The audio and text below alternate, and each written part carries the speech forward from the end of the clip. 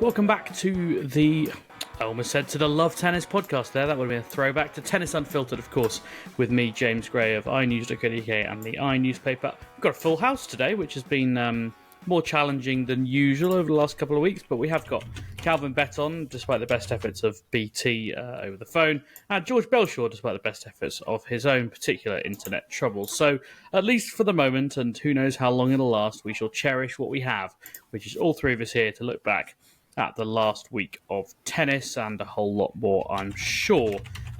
Calvin, you're enjoying some well-earned time at home. Have you worked out where you're off to next yet? I'm not, but I actually watched more tennis last week than I have ever when I go away. So there was a day on Friday because basically I give a quick insight to what I kind of do when I watch tennis. So I'll tend to watch the match that the lads play, and then I clip the video, which means I'll download the video of the match, which means basically that I clip it. I mean, which means I cut out all of the parts in between the points. So in a doubles match, if you just have as soon as the point finishes, the next point starts, it's easier for the lads to watch that. So I just basically edit the video and clip it all out, and then I do an analysis and send it to the lads on some of the points, things that they that I think they should look at doing, and this kind of thing. So basically, there was a day on, I think it was Thursday, when Luke finished late because he's in America, and I downloaded his video, woke up in the morning, clipped the video, then Henry played, and then I analysed Luke's video, and then I clipped Henry's video, analysed that. Then Luke was playing again by that stage, so I watched Luke's next match, and then downloaded the video and then clipped that again. So I basically spent the whole day watching the same two tennis matches,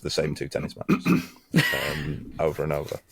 And then, how much of that, because people will find this quite interesting, because I think probably they've never heard someone talk about that, but how much of that, you say you clip it up and then presumably you'll go through it yourself, or you go through it together, or, how much kind of analysis of that match will you do, or is there just not time to do that much? So it depends how long I've got. So that day in particular, by the time I'd finished doing it, Luke was going on after an hour. So what I would normally do is I'd send them the clip. The reason I send the clip video is because they can watch it quicker. It's about 15 minutes, so they can. Yeah. Whereas to watch the full tennis match, about an hour and a half. And I'll usually send it to them and ask me to send me some observations and thoughts as to what they would like to do better, and also what they did well. And then we'll talk about that, and then I'll send them. I'll maybe pick out somewhere between 6 and 10 points during the match that I think are indicative of the match. So things I think like this is what I would like us to do better in the next match. This is what I thought we did really well, and send them on to them. Whereas if I'm at the tournament, then we'll probably we probably wouldn't go through all that. We'd maybe watch a clip video and just discuss it while we were there. But yeah, so. Is there an element of less is more with that player feedback stuff, that you can overwhelm them a bit? Yeah, there is, and I'm always wary of that. So what I'll tend to do is, so when I edit the video, the video will play, and there'll be a little bit of text in the bottom, which is my thoughts on it, and I'll always try and keep that to 2 sentences.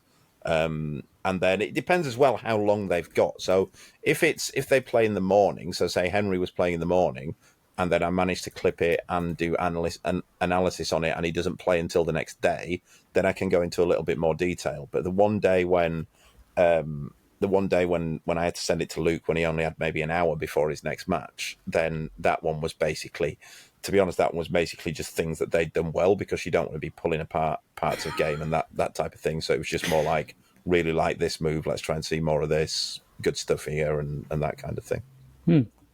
George, video analysis of your high-level meetings, that's something you've ever been through?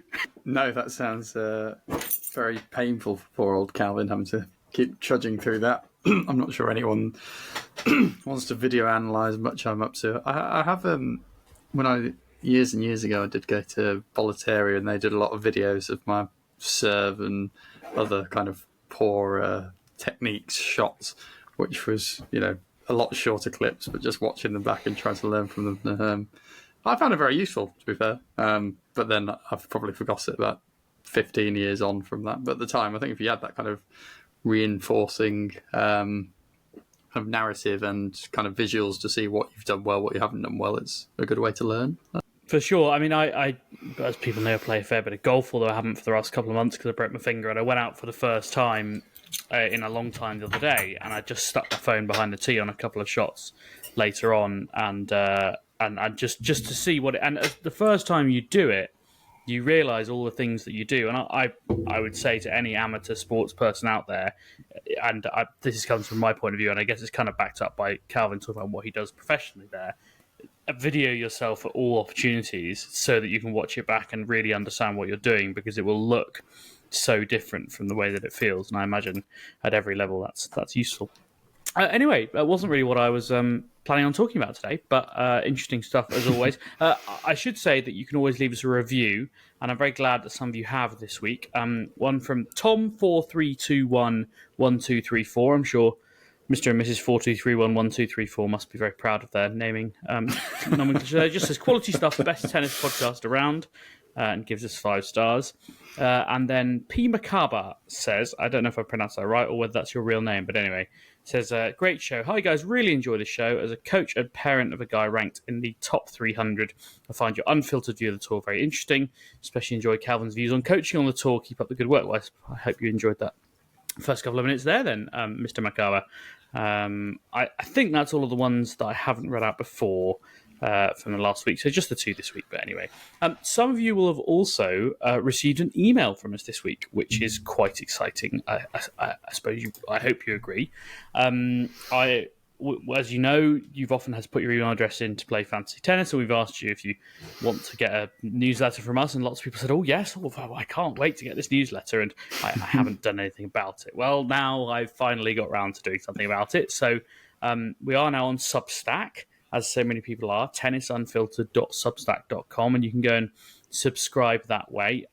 Already had lots of feedback from the first one, lots of people getting in touch saying they liked it, saying they'd love to pay for more, which is always a slightly scary thing for people to say, but an exciting one to hear. So, watch this space on that front. We'll do our best, and while everything is still free and we are still doing it out of the goodness of our heart, then I hope you'll understand that it's not going to be every day, but we'll do our best.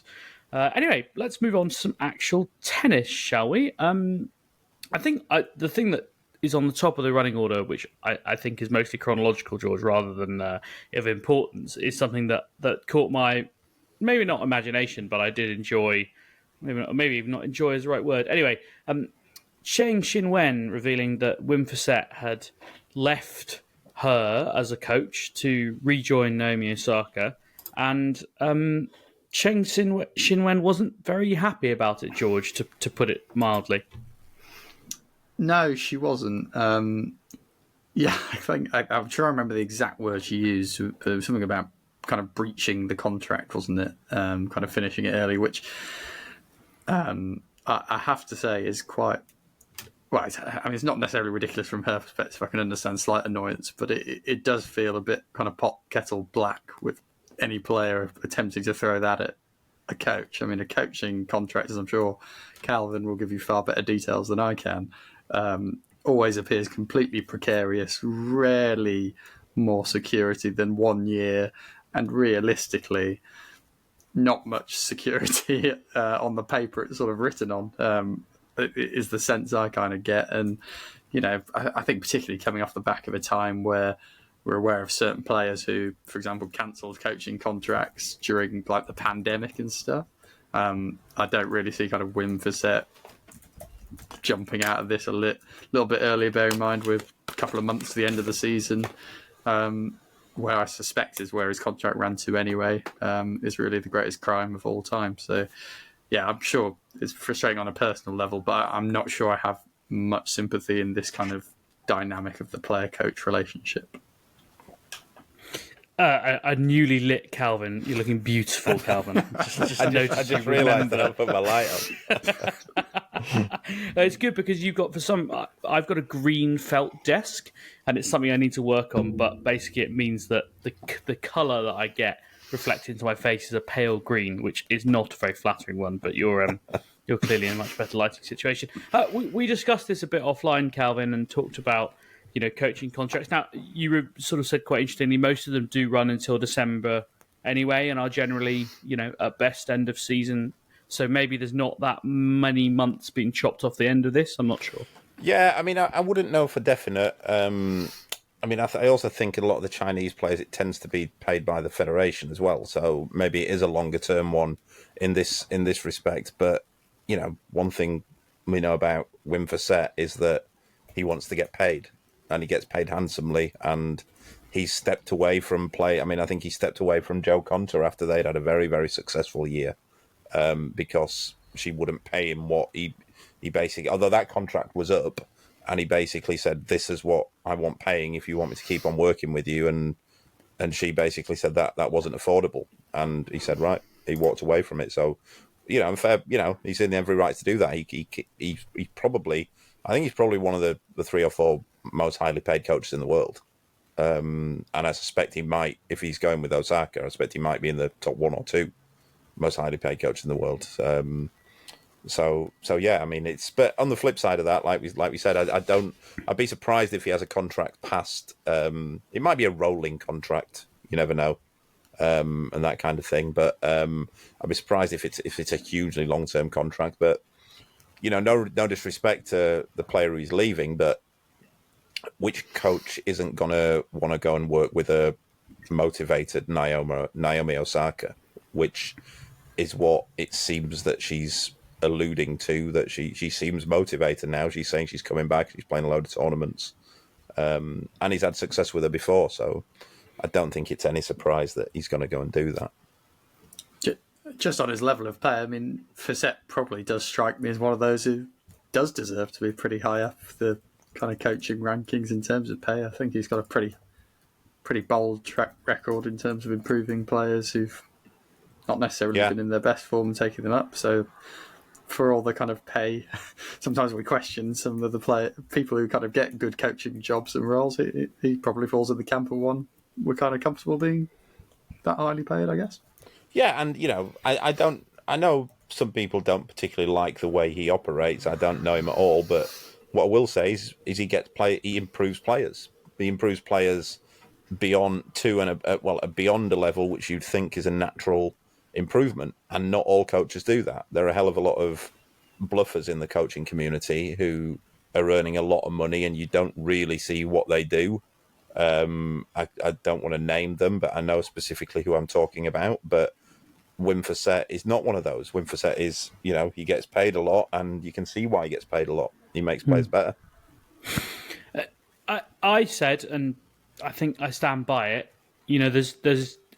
I understand why a player might be upset for losing a coach, but I think to kind of say that it was unethical, to leave the contract. So, either he's breached contract and you can sue him, or he has given notice and that's just the contract you drew up with him, or there was a break clause, and all 3 of those have recourse. One of which is next time you write a contract, don't put a break clause in, or don't give a fixed contract with a notice period, or in the third case, sue him. Like, I have some sympathy, but in the end, there's only so much sympathy I can have when this is a contract between 2 parties, and if it's been breached, it's been breached. But if it hasn't, it hasn't. This feels like a very underreported aspect of tennis, actually, now we're kind of talking about it. Because I think if you think about football, for example, I know it's not the right sport to necessarily compare it with, but there's lots of stories about clubs paying managers long time after they leave, etc., and their coaching stuff, and how much will all this cost them, etc. But given how often players are binning coaches in tennis, I mean, they can't be sticking them all on long contracts and just paying them off forever. It'd be quite ridiculous. So it would be interesting for someone to do, maybe you, James, a bit of a kind of a deep dive into coaching contracts and the finances behind it. George, if I can avoid that wherever possible. I'm just thinking now, was Fissette coaching Osaka when she basically took a time off from the tour? Was he her last coach or not? I'm just trying to do the maths on the timeline. I think he probably was. Is that?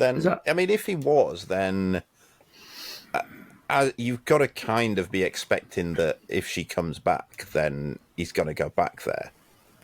And I suspect, and again, this is speculation, but my guess is that there will have been a clause in there that says, look, my Osaka's my player. I'm only not coaching her because she went and had a baby.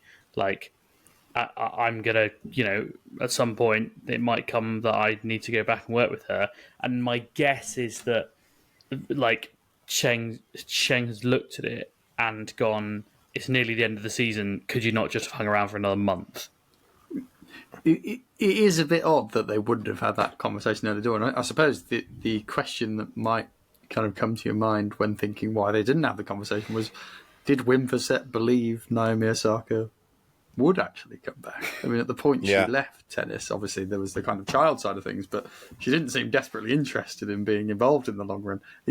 If you were thinking about the future of a player at that stage, you wouldn't necessarily be thinking, yeah, she's going to definitely come back and stick this out for another 15 years and we're going to have a go again for slams. As a player, kind of really struggling mentally, starved of motivation, I would say, to kind of get back to the top of the game. Just felt like she'd fallen out of love with it. So, perhaps he wasn't really thinking this scenario would be on the cards that soon. I think it's also like, again, he is money oriented, he is money driven. There's no question of that. But this is not like one of those where you think he's just taking somebody who you think, she's not that good, but she's going to pay him an absolute fortune. This is like potentially this is potentially somebody who's going back to world number one if she's fully fit and fully motivated, and he probably thinks there's unfinished business there. And as we've alluded to there, players are pretty ruthless at times. We know that there's, I don't want to keep going on about it because I'll get accused of having another pop again, but there's a British female player who recently has split with her coach because she didn't want to pay him while she was injured. And so, that's normal that you pay your coach while you're injured if you've got them on salary. Like, what is the coach going to do otherwise? Is he just going to not get paid for 8 months and wait around? I was going to kind of say, go off on a different tangent there, but I guess the positive news of all of this is that Wim Fissette, money orientated or not, probably does believe that Osaka is, or has been convinced that she's really motivated, excited, wanting to come back, and that's only bloody good news, isn't it? I mean, if she really wants to get back up there, just having Goff win a slam, players like Swiatek, Sabalenka, Rybakina having pretty decent years, that a fit Osaka, and that would be a pretty exciting prospect, I would suggest. I'm amazed that you kind of found the silver lining to all this, George. What is basically just a contractual dispute between and a bit of a money grab, and you're like, no, this is great news. All right, okay, very good. I was just going to check something on the WTA website for a little fact check, but WTA website is down because obviously, why wouldn't it be? Anyway, so we'll move on to the men's because their website's actually up. Let's hope the whole tour's not down and they've just gone bankrupt or something. Let's not rule it out. Anyway, let's talk about Andy Murray, shall we? Because I think we've all had this, right? When you go to a wedding and you don't know many people there, but you know enough people. You've just been to a wedding, George. Now, when you walked into the room to see the table plan, that's a bit of a sweaty moment, isn't it? Because you're like, okay, this is big. Like, there's a few people here I really don't want to sit next to, and it could be a really tedious evening if I do. And then you get there, and you're like, oh my God, I'm sat next to Uncle Knobhead. How is this possible? I imagine that's how Andy Murray felt when he saw the draw for Beijing, and it had thrown him up against Alex de Minaur, because he has a dismal head-to-head record against Alex de Minaur, and sure enough, it worked out that way once again, and he was beaten 6-3, 5-7, 7-6. He's now lost 5 matches to Alex de Minaur over the last 4 years. Calvin, I think his performance in this one frustrated you more than maybe in other previous defeats to Alex de Minaur. Yeah, 100. I mean, that head-to-head's a bit skewed because Murray was coming back from a hip replacement in a lot of those. I don't think, Murray in his prime would not be having that kind of record against Alex de Minaur. Like, he'd be comfortably beating him every time. This one, I think more than any other match I've seen, I really want Andy Murray to get back to where he thinks he can be in the game. I really do. And he's still great to watch. He's one of the only players who, when he's on, I will make time to watch. But what frustrated me so much the other day was it was nothing new. That was the frustrating thing, that he'd played so well. He was doing, the match was taking the course that it normally does when he plays de Minaur, and he was getting frustrated. Then he started playing so well, and he won the second set, got 5-2 up in the third. And the minute he got 5-2 up in the third from about, I think it was maybe about 30 all in the 5-2 game, he does this thing where he regresses to thinking, right, the way to close this out is I'm just not going to miss. Regardless of anything he's done before, which was playing measured tennis, every ball on its merit. He wasn't taking risks that were unnecessary, but when there was a chance there, he was being clinical, he was attacking, and he was just making the right moves. And then this one just played out exactly the same. It was exactly the same as that tiebreak he played against Tsitsipas at Wimbledon, where he just thinks that it's almost like I have huge respect for him, so I don't want to sound this has been overcritical, but he almost has this thing of like, right, I'm smarter than these guys. I'm going to put balls in and they're going to miss. And the problem is, I don't think it's a physical thing now with him. He can't move as well as he can, but who can move at 36, 37 as well as they could at 29? Nobody can. So, it's like he still can get around the court pretty well. But the problem is, and I do think that this is where I've got to on it, is that in his prime, he had a stigma. There was a thing, there was an aura about him that the guys from that generation, when he played against them, they almost didn't, you wouldn't want to attack him because if you attack him, he's so good on the counter-attack. I always said with Murray that his second serve being weak was actually a weapon for him because players would attack his second serve, they'd get him on the defence, and the last place they wanted to be was having Andy Murray on the defence because he defended so well and he'd put you in an awkward position from defence and that kind of thing. So he had this aura about him where the players would second guess themselves in the last generation, thinking that this guy's so fast around the court, he moves so well. If I attack him, he'll do this, but if I sit back and defend, he's going to beat me at that because he won't miss. The aura's gone. The aura's not there anymore. Like, though you see players like de Minaur and anyone from that generation who doesn't have the scar tissue of having lost to him through juniors and seniors, which a lot of those guys had. They just think he's a 37-year-old guy who's a pretty good tennis player, but play my game, I'll beat him. That's the way that they look. That's the way that they look at it now. And it's the way that Tsitsipas looked at it. It's the way that de Minaur did the other day. You're actually going to get to 5-2 up and you're going to go, well, all I'm going to do here is I'm not going to miss. And you're doing that against a guy who's the only thing he has going for him. I don't think Alex de Minaur is very good, if I'm honest, at that level. I saw him live at Davis Cup. I wasn't overly impressed at all. I don't really rate him. But the one thing he does do, I think he's probably the fastest player on tour, and he's not going to miss. He's not going to miss. So what you've got two players who are determined not to miss, but you've got one of the players is going to attack, and the other one isn't. Like the other, one of the players is going to go, if I get a chance to attack, I'm going to attack, and the other player is going, even if I get a chance to attack, I'm going to sit back here and I'm just not going to miss. And it bit him in the arse again. Again, just the same as it did at Wimbledon. If he'd have took every ball on its merit and attacked the balls, which I know he can, because he's a beautiful ball striker, Andy Murray, he'd have beaten Tsitsipas at Wimbledon and he'd have beaten de Minaur the other day. And he didn't. He saw the balls on its merit. The ball's there to be attacked, and he chose to not go for them. And it's cost him 2 big matches there.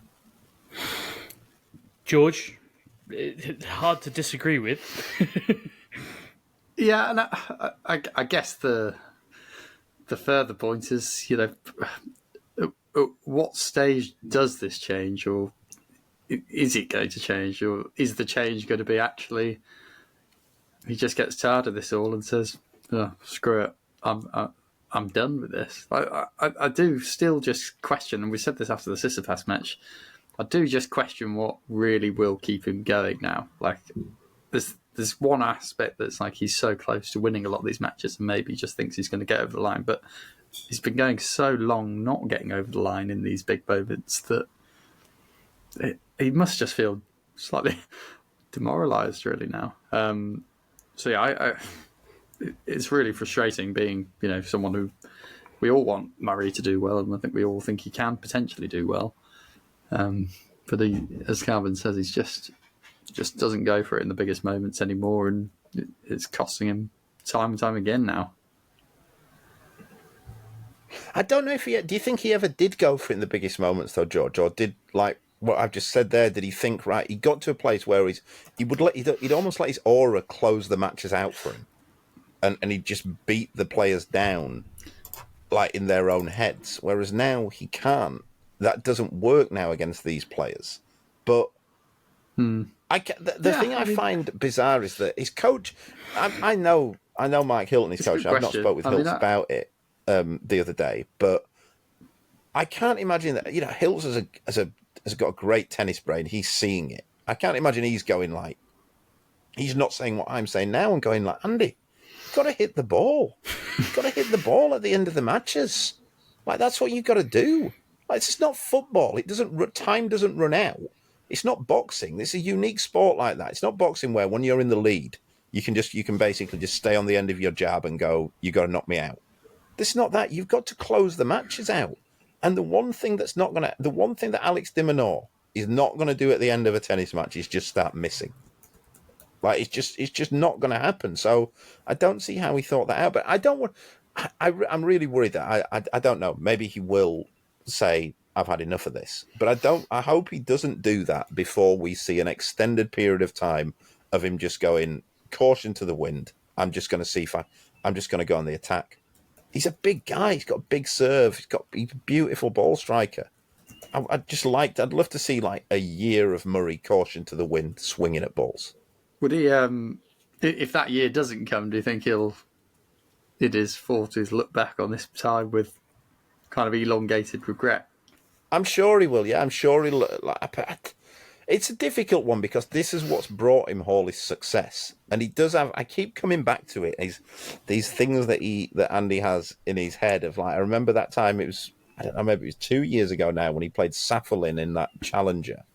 I think it was Saffolin, and he lost. I don't know whether he lost to him or he beat him in a close match, but he said something. It was like when Saffolin was about 200 in the world, and Murray goes, it was just really difficult because we didn't have any data on him. And I was like, Andy Murray, like, what do you mean we didn't have any data on him? Like, it's like if I play against him now, am I going to take him to like 7-6 in the third because he doesn't have any data on how my backhand's shit?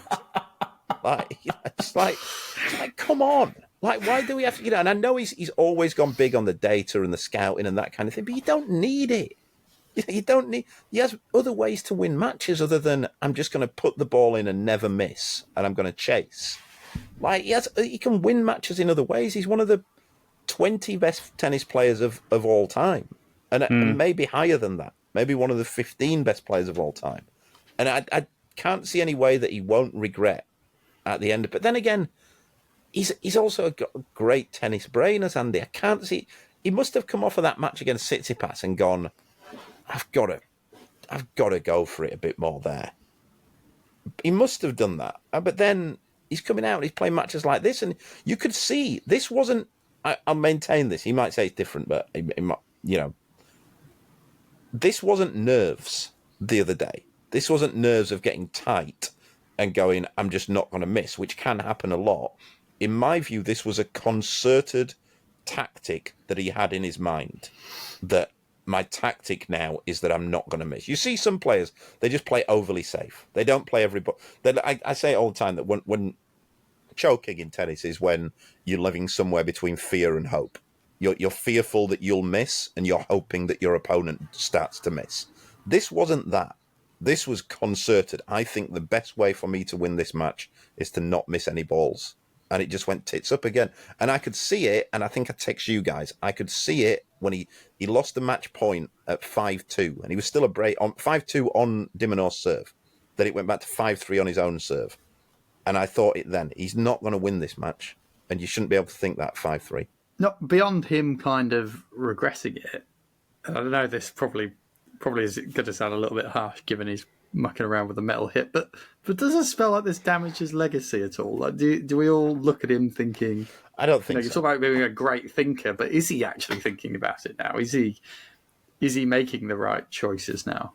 Is he, for the players playing him right now, looking back up to him, are they forgetting? And also just for kind of a younger generation of fans, that they're going to watch a kind of old Murray and think, oh, this guy probably wasn't that good. It was maybe just a bit of a weaker time. I think it's maybe, though, once you've been successful at something, and I think this is the case in sport, you tend to think that that's the way that you're always successful. And you see it when players go into coaching as well. Nearly every time that successful players go into coaching in any sport, the way that they try to coach is the way that they would have done it.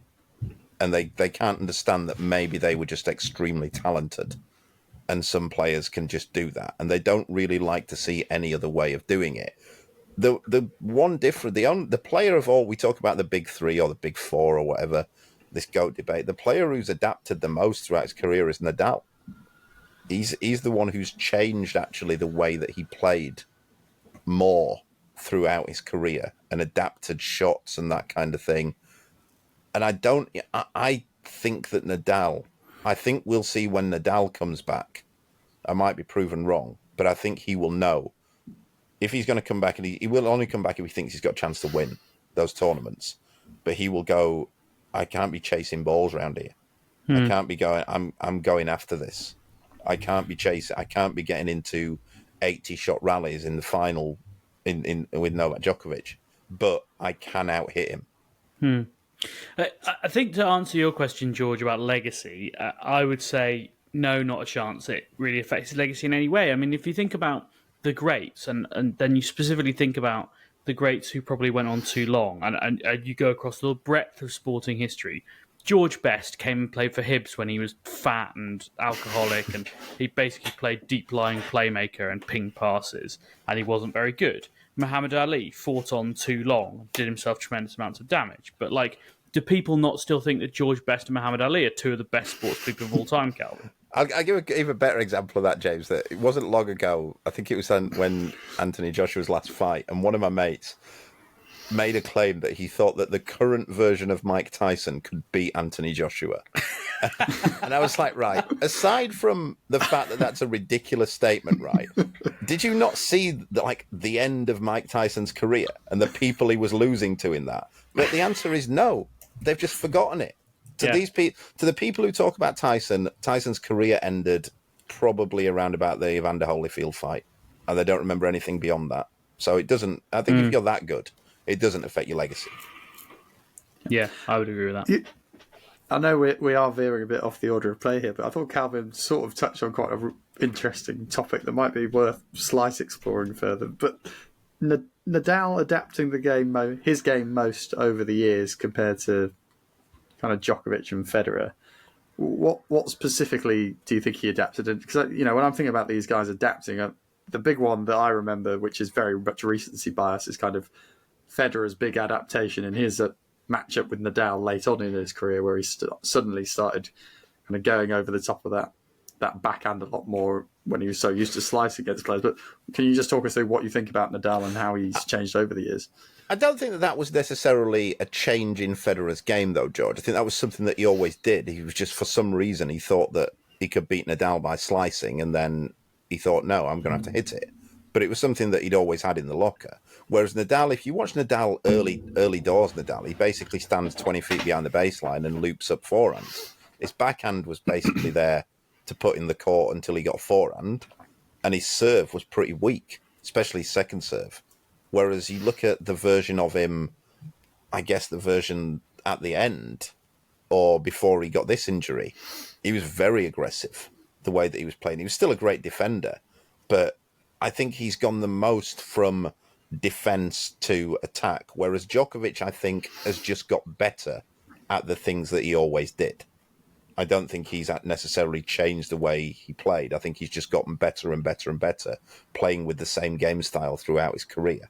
Whereas I do think Nadal, I think there's probably about 3 or 4 stages of Nadal's career where you would say it's unrecognisable from 2 stages before what he's doing now.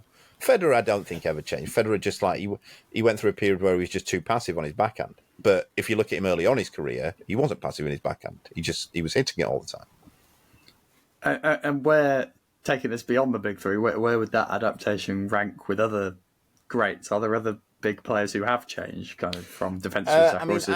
Agassi changed quite a bit. Agassi early on in his career, before he teamed up with Brad Gilbert, was very, very flashy. He's a very, very high risk type of player. He'd stand on the baseline, take it early, and he'd go after any quarter chance he'd go after a winner at. And Gilbert made the big change in his career of basically going, because Agassi was a phenomenal ball striker, and Gilbert made the change in that you're going to strike, you're going to go big margins, high percentage, but hit the ball hard and aggressive, but into high percentage areas. And so that changed. And then Agassi actually became, at the end of his career, he became somebody who would just make the opponents run. He wasn't going for any chance. But so that was a big change in terms of at the top. I mean, obviously, the other one I'll bring up is, I feel like I'm always talking about two of my favourite players. The other one is Del Potro, because he just didn't have a backhand. Yeah. You know, it was forced upon him, though. So he basically came back. He was at the top of the game and came back to the top of the game without a drive backhand. Yes. I don't have a drive backhand either. I really have to improvise when it comes to tennis. Like, I don't know whether, speaking of that, I don't know whether people have seen it doing the rounds, that video of the guy doing the tennis impressions. Has anyone seen it? Oh, Josh Berry, yeah. No, the guy who does the shots. Oh, no. No, and this guy, it's phenomenal. I'm going to find it, and then I'll send it to you guys, and I'll put it in the show notes. The show notes, yeah. Very good. Although people who have seen Josh Berry's tennis impressions, he's a very, very good mimic. He's also a very funny guy, and actually was a pretty decent tennis player as a junior. The key is because I met him at Wimbledon this year, and I said, "Oh, you used to play a bit, didn't you?" And he's like, "Well, not really." And I knew he was quite a good junior, and the fact that he said, "Well, not really," is a real giveaway that actually probably did play to quite a decent level. Whereas George says he was quite good and is quite open about that, which tells me that he really wasn't. So that's the main giveaway there. Let's move on. I feel like we've barely talked about actual tennis going on this week. Now, we sort of deliberately record this podcast on Mondays, because then we can talk about what happened in the final the day before, and sort of, it kind of but no, the Asian Swing decided to completely screw with that formula by having their finals on Wednesdays to coincide with the 10-day 1,000 going on at the end of the Swing. So titles for Alexander Zverev in Chengdu, Karen Khachanov in Zhuhai, Ons Jabeur in Ningbo, and Veronika Kudermetova in Tokyo. George, of those four champions, which do you think is the most significant, important, or is it all just gravy? I still think of those players, Zverev's the one that every win he has is another slight notch towards him getting back to a level that could potentially compete at the majors. I think as much as I like Ons Jabeur, her winning a title at this level is kind of a given now. The problem is getting over the line at a Grand Slam, which is such a big mental problem for her. And I think there's just stronger players than her, broadly speaking, to kind of win in those big matches. The one she lost this year was so poor that her winning a title like this does little to strengthen the claim she's going to go and not have that problem again if she gets another shot, which, is debatable in itself. Khachanov, I think, is too limited to really kind of have a big impact at majors. So a title for him feels kind of in a similar category. And, Kudermetova, I would never rule out many players from winning a WTA Slam, given the history of the last 10 years. But I hope we're in a period of relative strength incoming and potentially throwing Osaka back in the mix. I think there's enough good players that we might see a reduction in that and kind of them share around 4 or 5 players over the next few years with the occasional non kind of big winner. Whereas Zverev has been at a level where I've watched him and I've thought, okay, you actually can go and potentially beat the best guys in the world over 5 sets. You can definitely do it over 3. Obviously had that horror injury. He's not quite reached that level this year, but he's still going to be comfortably on for ATP finals sort of territory. I just feel every time he gets a little bit more confidence, he's threatening to get back to the level he really was at just before that injury happened. So I think he's anything that says he's going in that direction probably is the most significant thing we'll kind of see on the men's tour at the minute, when we're lacking a real potential breakthrough star in that rung below, I would say, like the age bracket. I mean, I think the writing off the Ons Jabeur victory too quickly is a bit harsh. Like, I think, you know, you don't win many titles in your career. I'm just checking how many titles she's won. I imagine that's maybe her 6th or 7th. It's her 5th. There you go. Like, there is still a lot to be said for just building that habit and, you know, being in those situations, being in finals more often. You know, if you're like, you know, break point down in the 3rd set of a final, for Ons Jabeur, it's probably still only like the 3rd or 4th time that's happened to her, full stop. And I think those kind of situations are pretty unique. So I think there is still some merit in that. It wasn't like the strongest field in the world, and she didn't have to beat. I mean, she beat Diane Schneider in the final, which, you know, does not smack of quality. I think pretty much everyone she beat, you'd expect her to play in the 1st or 2nd round of a slam. Put it that way. But I don't know. It's just, I hate to write people off, George. Like Cam Norrie, for example. I'm not going to write him off, even though he's had one of the worst runs I can remember of a British number one. I enjoy all the reviews that tell us how wrong we've been getting things in the past. I think we only latch onto a couple of poor predictions now and then, but I've definitely had some absolute shockers on this podcast that I'm glad have been resigned to the to the archives for our new listeners to jump through and hear, and they must think I'm a total idiot. So maybe this will be another one. I mean, this is the thing, right? People are often like, "Oh, stop clock's always right twice." if you're someone who like bangs on about the same things all the time, but like actually, if you go through and sift every prediction we ever made, of course we get them wrong. Like, I genuinely think these people would rather that we just had no opinion. Just like, we'd rather you never predicted anything. That, you know, I remember on a football podcast, Johnny Lou once saying, like, and I can never really tell with Johnny whether he's joking or not, because a lot of the time I think he doesn't know whether he's joking or not. But he was asked a question about, like, oh, how do you think Man United will go the weekend or something like that? And he was like, well, I don't know, but we'll find out. That's the great thing about sport. We always find out afterwards. It's like, well, what's the point then? Like, I guess we'll just sack it all off. Maybe we've got to stop throwing it forward, George, and we'll just talk about what's happened, things that have definitely happened. Although, frankly, sometimes we don't even know that. So that's why we don't win awards at the British Podcast Awards. Congrats to the Tennis Podcast, by the way, for that, because that's a pretty massive award. And I enjoyed Matt tweeting about thanks to all the haters as well, and quote retweeting some abuse, because I'm always in favour of anyone giving it back to the haters. Also, Aslan Karatsev beat Cam Norrie in 2 tiebreak sets, which I just wanted to just note, and I can't really get my head around it. But anyway. I'm pretty sure at the start of this year we predicted where all the British players would finish. And that would be a good list to see now, because I think the Norrie one might end up being kind of close. I think a few of us said he would dip a bit, and it wasn't looking like that way the first half of the year, but I suspect he might be more in line for a bit of a slide the longer we go.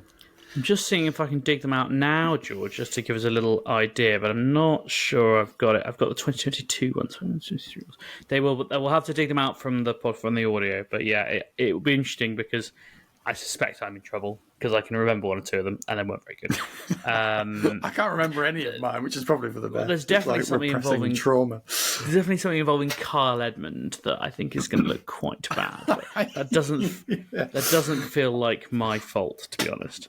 I wouldn't even want to try and guess a number of where Kyle Edmund is in the rankings, but I doubt I'd have said like out to the top 500 or whatever. I mean, could you guess his current ranking? In fairness, I mean 384, 630. Yeah, I mean, yeah, that's. I mean, I do feel pretty bad for him. To be fair, it's not been very pleasant. He's a very good player and a very nice guy. Anyway, let's move on to some merrier topics, shall we? Oh, Elena Rybakina complaining about performance buys and not getting her due buy, and then pulling out of the tournament is right up there in terms of banter. And I'm not sure I ever really thought Elena Rybakina would be like a member of the banter team. I don't know who is on the tennis banter team. Probably Evo, Elena Rybakina now. Just for like sheer sort of somewhere between shithousing and trolling. I think that's what sort of gets you onto the banter team. I think just if we're talking about recent entries, I'm definitely not suggesting he's a permanent member of the banter, but the Djokovic phone put down to Shelton was definitely up there with best banter of the year. So Daniil Medvedev is surely on the banter team. I mean, that one where he called the umpire a small cat to avoid calling him a pussy is right up there in terms of hilarious things to have heard in the tennis court. I noticed that after the sort of outrage about performance buys in Tokyo, then the week after in China, there were more performance buys rather than less of them, which I kind of admire. I think we've said all we need to say, but they are good. It's like that that video of that. Have you seen that video of that Scottish bloke who goes, "Don't back down"? Oh God, down. George, stop doing your accent. Yeah, that Scottish bloke is Limmy, and your Scottish accent is one of your worst, I think. And that is a high bar. That is a high bar. Yeah, I do have Scottish roots as well, so I really have no excuse. Yeah, you are ginger. Yes, I agree. We should be doubling down on performance buys. Anyway, there's probably not much more to say about that, but I'm right up for it. Let's talk. I think we should, because I'm just trying to work out when they're going to be and whether they'll have expired. But I don't think I care. If you're going to hold tournaments where the finals are on Wednesday, then you're going to get out-of-date content, I'm afraid. The semi-finals in Beijing are hot. Sinner versus Alcaraz and Medvedev versus Zverev. Jannik Sinner, who of course beat Dan Evans along the way, having been injured apparently, but then sort of miraculously recovering, and Dan Evans then limping off in jest about Jannik Sinner's injury. I mean, it's a little bit like Calvin. I can understand the frustration, and as someone who really doubled down on Novak Djokovic's fake or not fake hamstring injury. I mean, you can understand why players get annoyed when they think a player's faked an injury or overhanded an injury. Yeah, I don't really know how you solve it, but it is becoming a problem. It's the same as it happens at all. It's happening at all levels, but it's particularly happening at the top level. And again, it's something when we're trying to engage more viewers in it. It doesn't really help the product. Where when a match is really taking off and one player isn't going one player's way, they'll just call an injury timeout. And basically everyone knows they're not injured, but they'll just call an injury timeout just to affect the match. That's not what the injury timeouts are there for. And I don't really know how you're dealing with it, but, it was... I don't think that Sinner was injured the other day. And I think Evo's frustration was probably right. But you can go, it's just one of those things, though. You've got to deal with it. But it's not something that you should have to deal with. Just calling an injury timeout because you're wanting to break the matchup. That's not really what it's there for. And again, I don't know whether it's like the physios need to be... The problem is the only person who can say whether they are injured or not is the physio. But the physios have to maintain a trust with the players. They deal with them all the time. So I don't know whether it's you need an independent physio for the matches who will come off and go, and they're going to go, look, there's nothing wrong with his hamstring or something like that. But the trainer, the one who assesses the injury is a tour trainer, right? It's not like they get their physio on. No, they don't. But then most players don't have their own physio. They deal with the physios at the tournament, and they have relationships with the players. I don't mean anything untoward. I'd say they have relationships, but they deal with them week in, week out, and you can hardly. It's going to be a problem if you go on the court and go to the umpire. This player's not injured; he's faking, and then the next tournament, that player wants some treatment. You basically accuse them of lying. But I don't really know how you do it. I mean, one of the things we've seen it before is that if again the hamstring one is one that I bang on about because it's a bugbear that I have. Right. You've either got a hamstring injury or you haven't, and if you've got one, you can't play tennis with it. That I won't budge on that. You can have a bit of a strain in it, but there's nothing a physio can do with that. But if you've torn it or pulled a hamstring, you can't carry on. And I don't care what nonsense Djokovic was talking about when he claimed that you could. That was just waffle. So those things, it's the physios can say. But then Djokovic, that Australian Open, one of the rules is supposed to be that you can't have an injury timeout for an injury that you bring on the court with you. Djokovic was going a full tournament and getting the physio on about this same hamstring. It should have been, right, you can have it in one match, because that's when you're claiming you do it.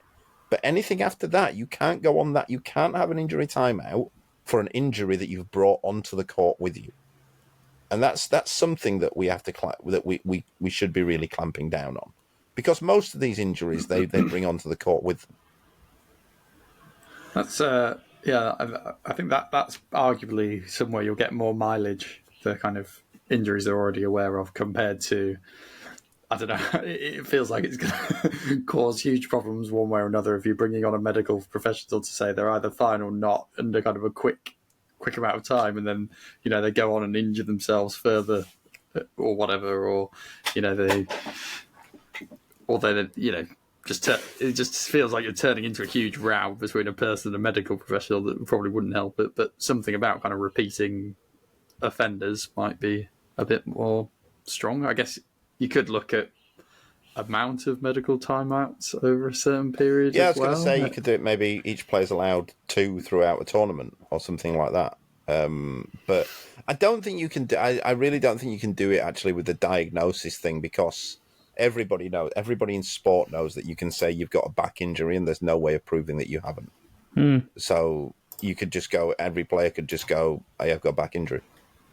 My back hurts," or you could just say you're ill or feeling a bit ill. And what you're going to do? Yeah, I mean, is there also an argument that, like, I don't know, I was going to say maybe you just scrap the medical timeout and you just say, deal with it. Like, it's sport. Like, you know, if you say, oh, sorry, I can't finish the match, can we do it next week? Like, you know, you can't do that. So, but I suppose the argument is, well, for the product, you don't want matches just to end with a bloke like limping around at the other end.